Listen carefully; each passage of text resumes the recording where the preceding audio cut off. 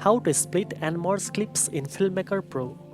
First of all, open the app on your device and load the project where you want to edit your videos. To split a clip, tap on the clip in your timeline to select it. Then look for the split option in the editing tools at the bottom of the screen. Move the playhead with the scissor icon to the point where you want to split the clip and tap the tick button. The clip will be divided into two separate sections, allowing you to edit each part individually. You can also rearrange clips by long pressing them to adjust your order in the timeline. If you want to merge clips that were previously split, you can either tap the undo button if the split was a mistake, or export the video without adding a transition between them.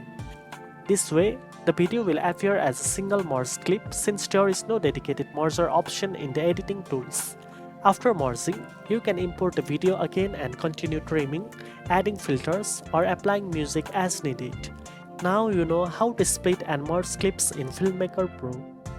If you found this tutorial helpful, don't forget to like, share and subscribe for more video editing tips. Thanks for watching and I'll see you in the next one.